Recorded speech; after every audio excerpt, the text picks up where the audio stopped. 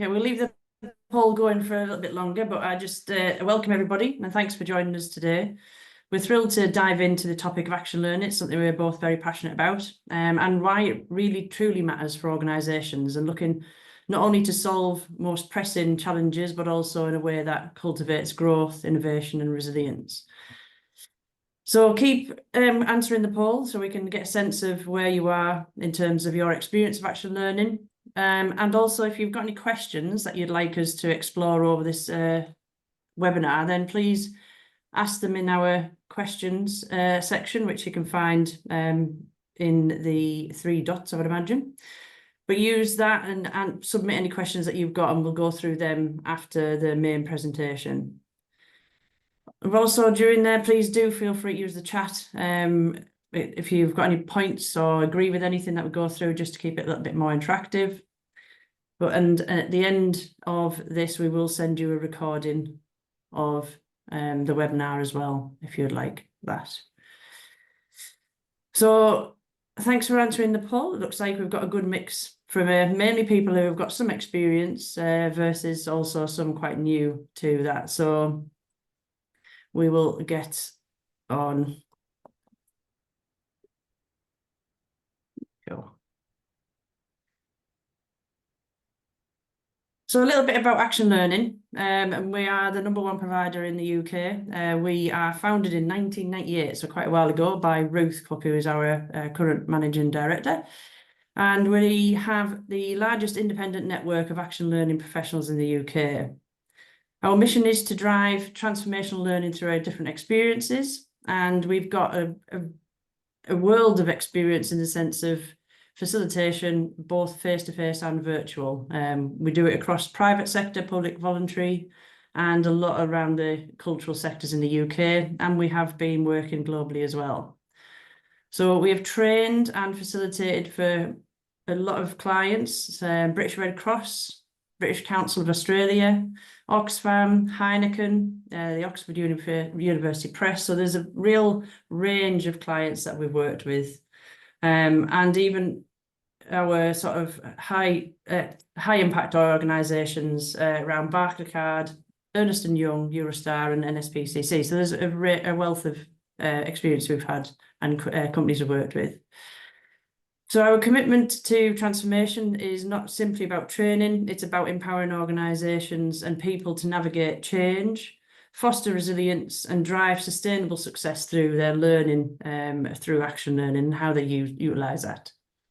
Our facilitators are a small group of people that we've worked with for a number of years, but also they're all experts in their own right and bring a wealth of practical knowledge, experience and insights in terms of how action learning can really support organisations in their real world challenges, and really develop the collaborative and effective working practices.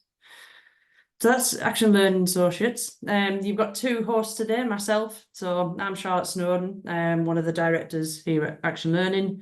And I've got, I guess, about 2 decades. I'm getting a bit older now, but ultimately my key specialism is learning development, organisational development, but operational leadership, training and coaching. So I've worked across a broad corporate range of sectors. So I've worked in telecommunications from everything everywhere. I've also worked in gas and utilities with BG and Centrica Energy, and I've worked with professional services. So I worked at Irwin Mitchell Solicitors as a operationals lead there, and then finished my corporate career as a director of operations at BHP Law, a smaller law firm in the northeast. I then transitioned into doing what I'm passionate about, which is action learning and coaching. And I've really sort of developed my skills from there in terms of my NLP skills. I'm a trainer of NLP, MBTI practitioner, but also for facilitation of training and specifically, obviously, in action learning. And I'll hand you over to my fellow director. Hi, everyone. Great to be with you today. I'm Daisy Bland, co-director alongside Charlotte at ALA. My background's quite different. I started out in mental health services in the NHS. And from there moved across to social housing, mostly in and around London, and then on to homelessness services. So I worked frontline as a support worker and then into management and learning and development in homelessness services in London. And I've been in L&D since then in organizations and then freelance, and then in the last 5 years with Action Learning Associates, and using Action Learning in my work for about 14 years, I think. I'm a real passionate advocate for it. I've seen it be so effective in so many different settings. I think it can create really exciting change. So we'll talk more about that today. But yeah, my background's mostly in charity sector, non-profit sector, universities, NHS, some armed forces work. I think we had some visitors from the armed forces joining us today, and social care. Yeah, so I look forward to talking to you about some of those things today. So what is today? So the session is really to focus on the power of how you can unlock action learning, and it's a game changer for organisational growth, resilience and success. As we all experience, workplace demands really are changing, the complexity of them. We're getting problems left, right and centre, but also finding traditional approaches to problem solving often can fall short. So persistent issues like team conflict, leadership challenges and resistance to change can be really at the forefront of many organisations as they adapt and change to the economy at the moment. And they can't always be solved with surface level fixes or tactical fixes. They really do require something more dynamic and more adaptive. And I do think that action learning has a part to play within this. It's a proven method for elevating leadership capability. How do you foster real sort of team collaboration, driving longer lasting innovation and change within our organisation? So it does have approach to it, explore to really help that transformation process, and empowering leaders and teams to really solve their problems rather than waiting for something to be done to them, which is quite often what we find in traditional methods. So during today, we'll look at how action learning can help make that lasting change. We'll go through how it develops psychological safety, how it does enhance leadership development and build stronger and more accountable teams and leaders, and ultimately driving sustainable, innovative, and ultimately improving organisational performance, which most people will be interested in the sense of everything we try to do from an L&D perspective is about how do we develop individual and team performance. So I'll hand you over now to Daisy for just to give you a background of it. Yeah, okay. So where did action learning come from? This character on your screen is Reginald Revens. You may have seen him before. He was an amazing guy, a polyglot. He was an Olympian, specializing in the high jump, which he won the silver medal for at the Olympics, but also a professor in astrophysics, working in quite a serious lab in Cambridge that won the Nobel Prize. And then where he really went on to make his name was as a management a learning consultant working in management development. It was when he was working in the coal pits as a leader in the 1940s that he developed action learning. What he observed is that when he sent people off to go and do training and development to help them get better at their jobs, they would watch the expert who had come in to train them doing their theoretical work on the chalkboard, and he'd watch all the people he'd paid to be there kind of zone out, not really listen, be very passive participants, and not seem to take that much from it. But when they really came to life, he noticed, was when they were in the bar after the session or having their cup of tea in the break, where they get to chat to their peers and really start to see what was going on for each other and learn from each other and get ideas from what each other were finding challenging and succeeding in. But he tried to sort of create a structure for that to happen, and put it at the center of learning and development instead of just in the breaks. And that's where action learning came from. So he created, with action learning, a structured collaborative process that would use not theoretical sort of textbook examples, but real world experiences to help people learn. And what he found was that the learning that came from that, those two principles, learning from peers using real world examples, was much more impactful. The learning really stayed with people rather than sort of drifting away and being forgotten after the process. What he was able to demonstrate in the pit, so this is in the 1940s, so coal pits were really central to our energy supply in the country, and so he was able to do big studies to see what impact action learning was having, and what he was able to show was that the pits where action learning was being used were able to demonstrate not only a higher safety record, so that's to say fewer people dying, but also more productivity, 30% higher productivity. So that was the sort of the birth of action learning, and he went on to use it in lots of other contexts, particularly in the NHS. And so that's where it was born, really. Will you take me to the next slide, Charlotte? Thank you. So some of you are new to action learning, so you might have this question today: how does action learning work? What is it in practice? Where you start out with action learning is you need a group of people. So we call a group of people doing action learning an action learning set, usually about 5 to 8 people. And usually, ideally, you'd have a sense of sort of peer relationship. They don't have to be doing the same job, but you try and avoid massive disparities in seniority, just so that people can feel relaxed and able to be themselves. So if you have, for example, a chief executive and someone much more junior, both of those individuals might feel that they have to sort of be on their best behavior or pretend to be really confident in their jobs. Whereas if you have a sense of peers, people are more likely to be confident to share what they don't know and what they're stuck on, which is what action learning is all about. So you've got 5 to 8 peers together in a room or sharing online.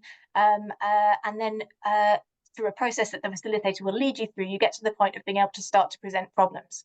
So one person at a time will present a challenge to the rest of the group to tell them what's on their mind. That might be a big opportunity they've got, or something that's gone really wrong, or a chronic thing that they're really struggling with in their role. They talk to the group about what's going on, to the set, and then the set does what's unusual about action learning is that the set does not jump in at that point and give them advice and share their experience and tell them what to do. Instead, they listen, and then they use questions that the facilitator will train them to use well, to help the presenter think about what's going on for them. And the thinking that they're going to do in that space is hopefully deeper and more powerful than the kind of thinking they do in a normal meeting, because of this space to think, because of the listening that the rest of the group is doing. So what you hopefully get in that reflective questioning space is time for the presenter to go beneath, to look at what's happening, zoom out, think about what assumptions they're making, what blind spots they might have, what perspectives they might be missing, to get to a solution and a way forward that is much more impactful and useful than what they might have been able to think of on their own. So they do that bit of thinking. That might take 20 minutes or half an hour even to reflect on that question. Then they build an action plan from there. They say, okay, I've done all this thinking. I've realized I've had this blind spot. I've thought about the other person's perspective, whatever it might be. This is what I'm going to do. And they build a really specific action plan. This is what I'm going to do, when I'm going to do it, how I'm going to measure my success.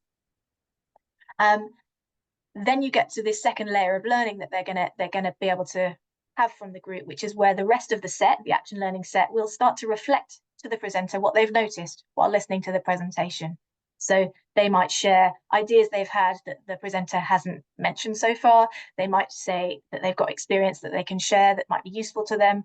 They might share something that they've learned listening to the presenter for their own roles that they're going to take back, or they might provide some support or encouragement that would help the person kind of commit to their action plan.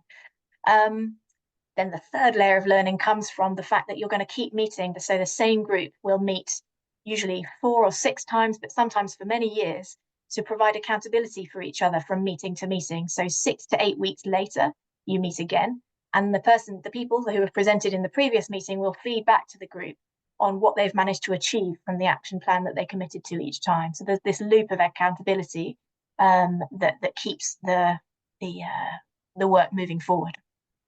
Okay, if anyone's got any questions about that, or if any of that wasn't clear, please just pop it in the Q&A section at the bottom and we'll come back to it. We'll have plenty of time to go through questions at the end. Okay, next slide, Charlotte. Just got a couple more to share. So, facilitator training, why does it matter? One thing that we see quite often, frustratingly often, is people say, oh yeah, I've tried action learning, but it didn't really work for me. Or organisations who have tried to use it, people have sort of dabbled in action learning, and what's happened is people have stopped turning up, or they're feeling like it's a waste of time. And usually what's happened there is that the facilitator hasn't had the chance to have some really good training to support them to use the process well.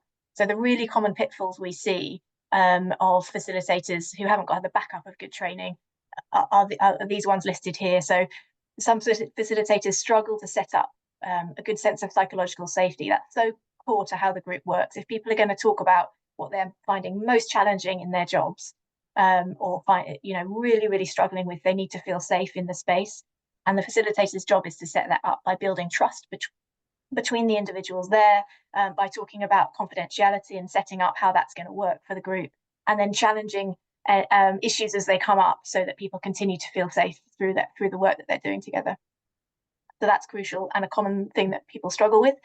Another challenge that some facilitators find is that either the facilitator themselves or another member of the group can end up dominating the discussion, or there's another sort of subtle group dynamic at play that makes it hard for the group to work together. So there might be a power dynamic at play, an age disparity or a gender disparity or a racial differences or whatever it might be, that means that there are some people in the room who are feeling unheard or not contributing more than the others or less than the others, that makes the work that people are able to do together less powerful, because some people are holding back, some people are feeling resentful, whatever it might be. So a facilitator needs to be able to work with those nuances and take the group along with them. The third bullet point there is the most common challenge that I see, which is facilitators get going and then the group starts working out well together, but gradually that core bit of the middle part of the process of action learning, where the group give the presenter reflective questions, starts to dissolve. So instead of asking really good questions and then listening to what the presenter is saying, people start to ask questions that are really advice disguised as questions, or they start to tell personal anecdotes about their own experience. And that sort of bit for the presenter to do some really original thinking starts to get squeezed, or disappears altogether. And then the action learning becomes just another type of meeting or another type of discussion, and not as useful as it could be. Another classic challenge is this a failure to hold them to that accountability loop. So the action plan isn't built properly, or it's not brought up again at the following meeting, so that can get a bit lost. Or there are opportunities for feedback that get lost. So we talk a lot in our training about the balance of support and challenge, and sometimes a less confident facilitator might feel that they don't want to challenge someone with some feedback about how they're working or whatever it might be, so that those opportunities can get lost.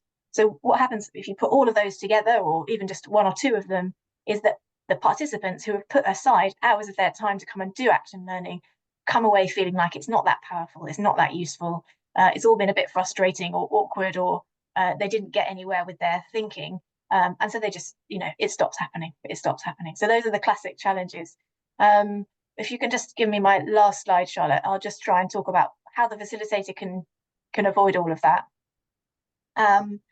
When a facilitator is trained well and is able to do their job, what they can do is they can set the group up for success by creating a structured space. They train the group in what action learning is, how to use it, and how to crucially hold that reflective space for the presenter so that the creative thinking can happen. Then they role model that process. So they show the group by doing it themselves how to ask good questions, how to slow down, how to listen, how to resist jumping in with your advice so that the person can find a solution that works for them. And that way the group can really start to do some powerful work. The other thing that the facilitator who's been trained well can do is really make sure that psychological safety is maintained. I think Charlotte will talk more about this, but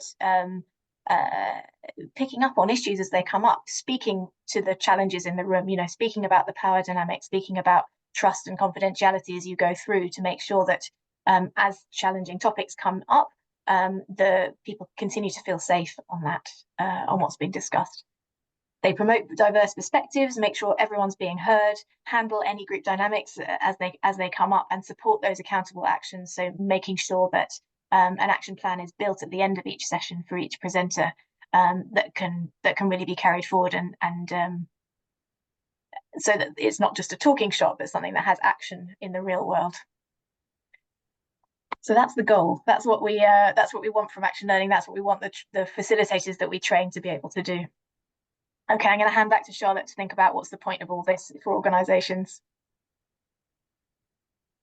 Cool, thank you, Daisy. So yeah, I hope that's given you an understanding of what action learning is, how it sort of runs, but also the important part that a facilitator plays. So I'm going to start to look at, okay, so if that is action learning, how does that support organisation and what benefits are there for, well, not only organisations, but for individuals as well? And what can that look like practically, actually, in terms of when you're developing solutions around particular problems in the organisation? So action learning has a multiple different ways it can support. And I won't go through all of these, but if you look at them in the sense of, it really does help build sort of a culture of continuous learning and accountability. So the whole process of action learning is to work on real life problems where people can talk about it. And it's not just the presenter that gets obviously the learning from that. People just generally asking questions and being part of that session will take things away from it and think, oh God, actually, do I do that? Right. Or maybe I need to take that and consider that. It really does sort of look at, when employees feel that they've got ownership of their own development and are trusted to solve meaningful problems, whether that's from a individual or a team, it really does increase employee engagement and retention because they feel like they're part of something than just the work they're doing sort of day to day. It helps from an agility point of view. Loads of organisations have to be agile nowadays in a VUCA environment, as you all probably have heard before. But the agility of being able to solve problems, move on, work with different people in different parts of the organisation, and look at it from a long-term perspective in the sense of not just trying to fix something with a plaster, but what is the actual fundamental challenges and how do we get to the bottom of it? So we can create sort of the longer term solutions to problems that organisations face on a day-to-day basis. It challenges mindset. So you go as part of sort of the sessions, because you've got such a diverse perspectives in there and people are asking very diverse questions. It can really sort of help people understand from different perspectives what's going on.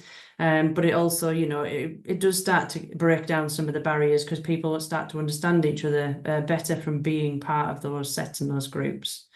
But ultimately, action learning is it does create accountability driven, which ultimately drives positive change because people own it, people taking it forward, people are discussing what the challenges are and how can they proactively solve them rather than obviously either looking up sideways for the answer. It actually quite often it's within people. So this is why action learning is so effective because it creates a broad sort of support for complex challenges, but also builds mindset skills and what organisations need from individuals to continuously learn, develop and help build those or the organisational performance as we go forward. On the side of it, there is loads of benefits for the individuals involved. The key ones is ultimately, it's time to actually come out of the hectic world of always having a crammed diary, meeting after meeting, or a massive to-do list, just to give you that space to step back and actually just take a second to say, am I dealing with this particular problem in the right way? It creates a safe space to be able to voice that opinion, but also then get some coaching and support from people around in order to help you, I guess, understand what's going on for you, but also find ways forward, solutions, new ideas, maybe new approaches you've not thought of. But that also then, from a shared learning and best practice, you've got people in the room that can sort of provide that sort of support and challenge. You can get constructive feedback from each other. It offers sort of helping each other to succeed. Feedback's a powerful tool for improvement, as we well know, and trying to refine and develop sort of your skills that you've got and leveraging your strengths. And individuals strengthen their core skills, such as problem solving, communication, teamwork, and ultimately sort of that peer-to-peer connection and development. It really does start to form connections and collaboration across the session. And if you set the sets up, it could be across organisations in terms of the way people have represented from different parts of the business. So how can action learning transform organisations? It does it in several ways. You either build collaboration skills or you're breaking down barriers to drive innovation. So through building collaboration skills, you look at how do employees learn from each other, a shared knowledge and mutual support. looking at real world problems. So what are they experiencing day in, day out, actually in the organisation? But also it really helps from a leadership point of view, because if you're working with a set of leaders going through this, it's often quite isolating in certain leadership positions. But this gives them an opportunity to talk about, actually, this is what I'm experiencing in my functional area, and what can I develop and learn from that.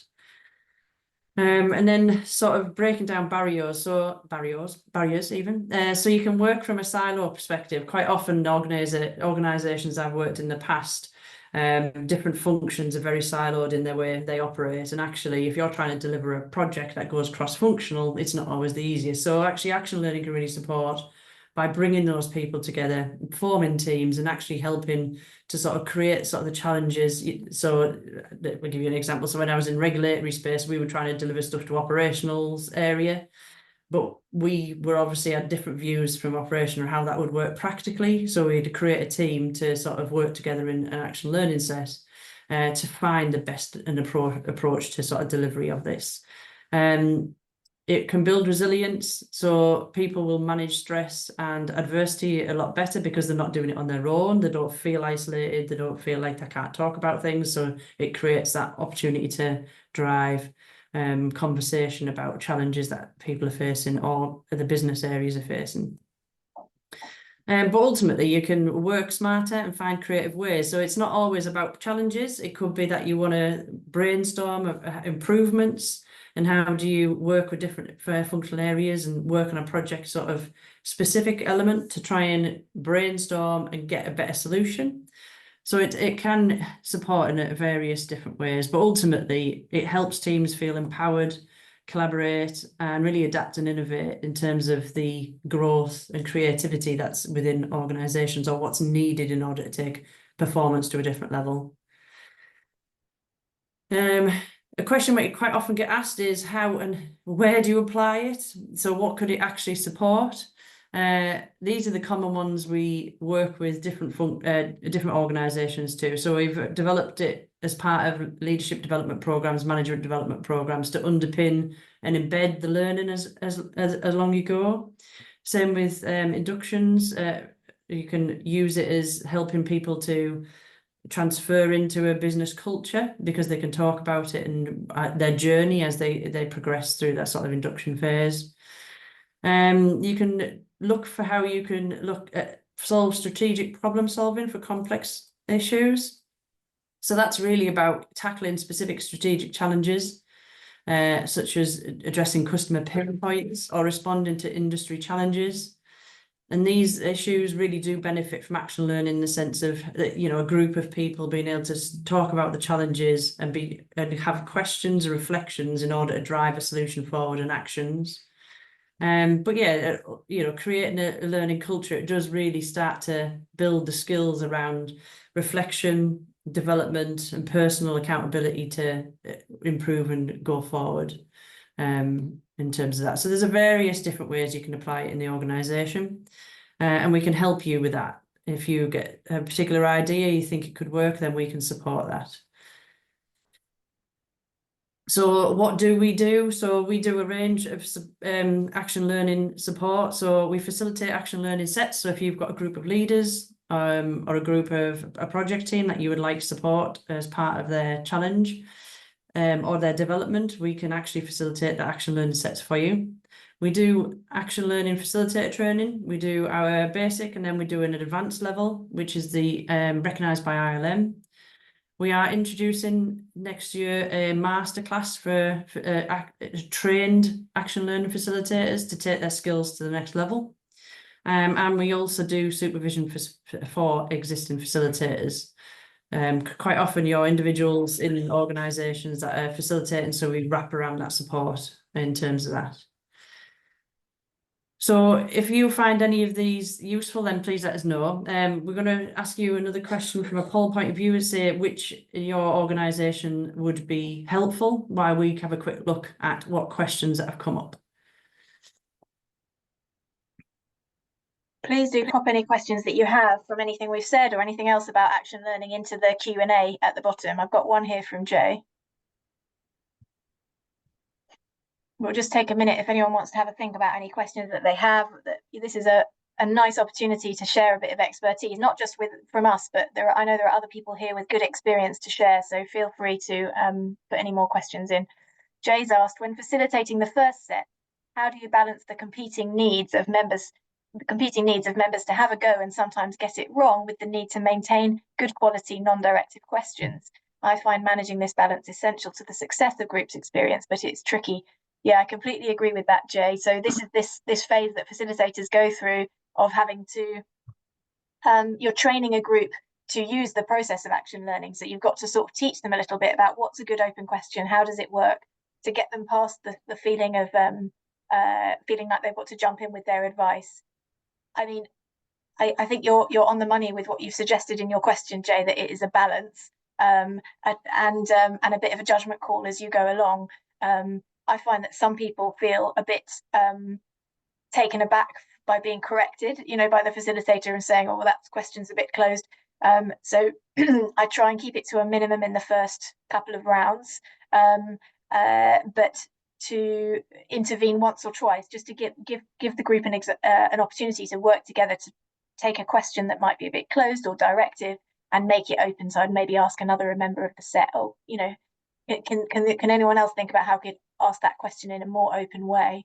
And what I find is that if it's still a problem a couple of rounds later, I might allow time at the beginning or end of the session to work a little bit more specifically as a group, just on asking good open questions to give them a bit of practice before going back into the set. Would you add anything to that, Charlotte? Yeah, I mean, the key bits for me also to build is probably the contracting up front, and a little bit of sort of the teach element, so they understand the best approach to questions and understand how that sort of set works. I think if you set it up that way as well, it really helps. Yeah, for sure. People get more comfortable, don't they, with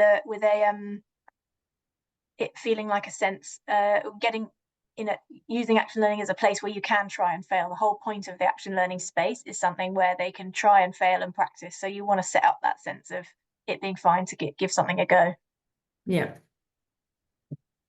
Kerry has asked, where do we find further information about facilitation training, e.g. the cost and time requirements? So that information, Kerry, is on our website.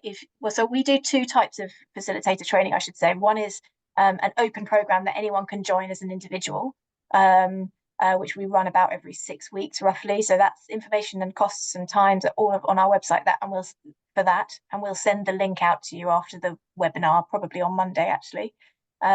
Or you can find it on our website if you're in a hurry. The other thing we do is we go into organisations and train facilitators in-house. That's to say, you would have a group of 5 or 6 people to train, and we'd come and do a in-person or virtual group just for you.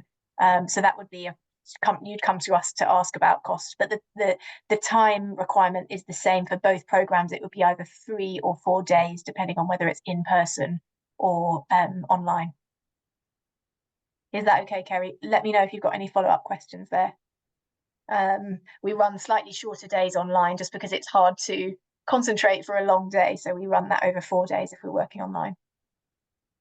Okay, the third question we have here is what are the pros and cons of having a group from the same team or department so that they know each other versus a group where people come from different departments? It's an interesting one. Charlotte, shall I answer that or do you want to? You go for it. Okay.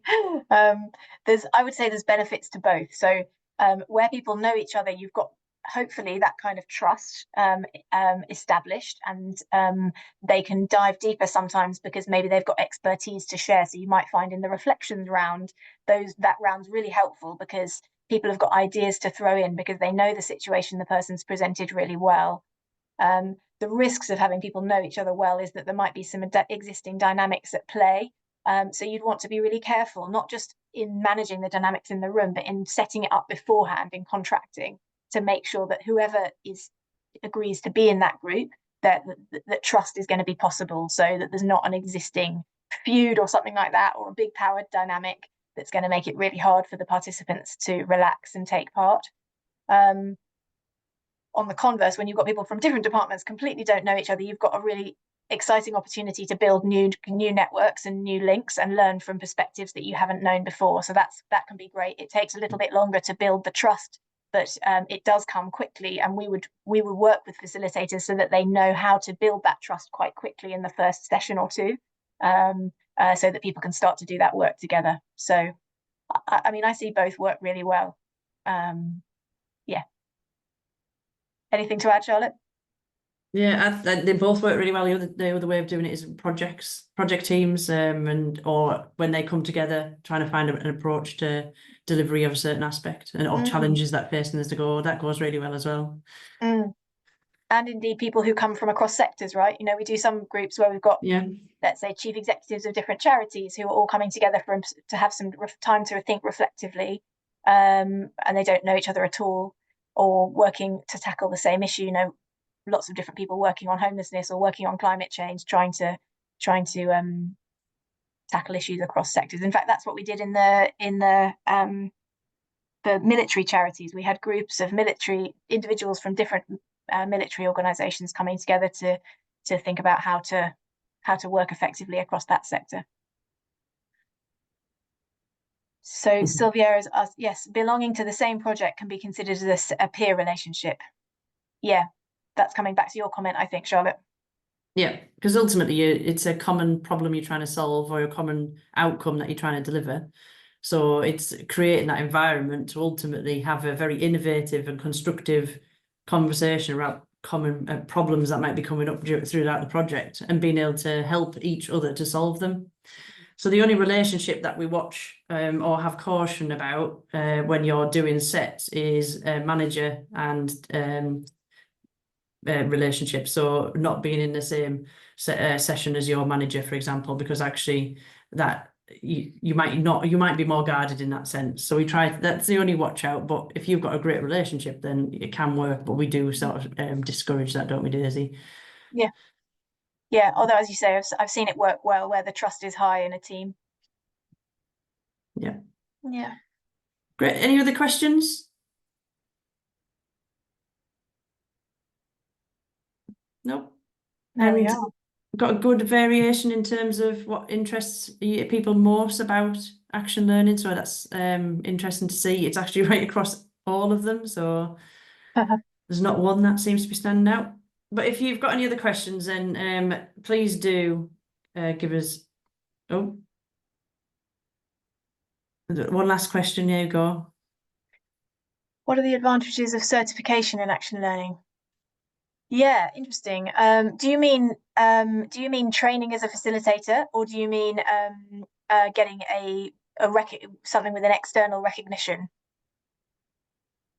I'm guessing the latter, because we've talked a lot about the value of training versus not training. Yeah, the external recognition. Yeah. So the program that we offer that's recognised by the ILM, the reason people take time to do that, well, there's a few reasons, but one of them is that to do it, you have to spend some time reflecting on your learning from our core facilitator training program, and then do a bit more practice as a facilitator, and then write about that. And all those processes of reflecting, practicing, and writing it up really helped you to embed the learning from the core program. So that's one key thing.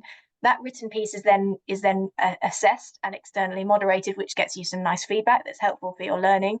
And then you attend an additional session to do some more work on developing your practice and going a little bit deeper than you have based on the experience and other questions that have come up for you. So it takes your learnings a bit further, and then you've got the external, as a result of doing those extra pieces of work, you get the external recognition with the ILM recognized logo and our certificate. And some people find that helpful in selling them their services as an action learning facilitator when they've got credentials that they can put on in their email signature and on LinkedIn, to be able to demonstrate that they've got the highest level of action learning training in the UK. Anything to add, Charlotte? I think it's just what you said. It really just sort of just embed and sort of get that sort of skill level up. It gives you the opportunity to come back and actually talk to one of us. Any challenges you found as you've done your first sort of facilitation. So it sort of helps embed that piece for you. Yeah. Okay. Fabulous. Great. Well, I think we can close from there, but ultimately, thank you for joining us. if you are interested in learning more, please do check out our website. There's loads on there. If you're thinking of using us for action learning, please do contact us and we can work together to find out how best to implement and support you with that journey. And the email's there, or it's on our website as well, or you can get in contact with us as well through LinkedIn. We can follow our LinkedIn page. That'd be great because we quite often put updates and offers on there as well. So please do give us a follow. But other than that, lovely to see you all and thank you very much. Thank you.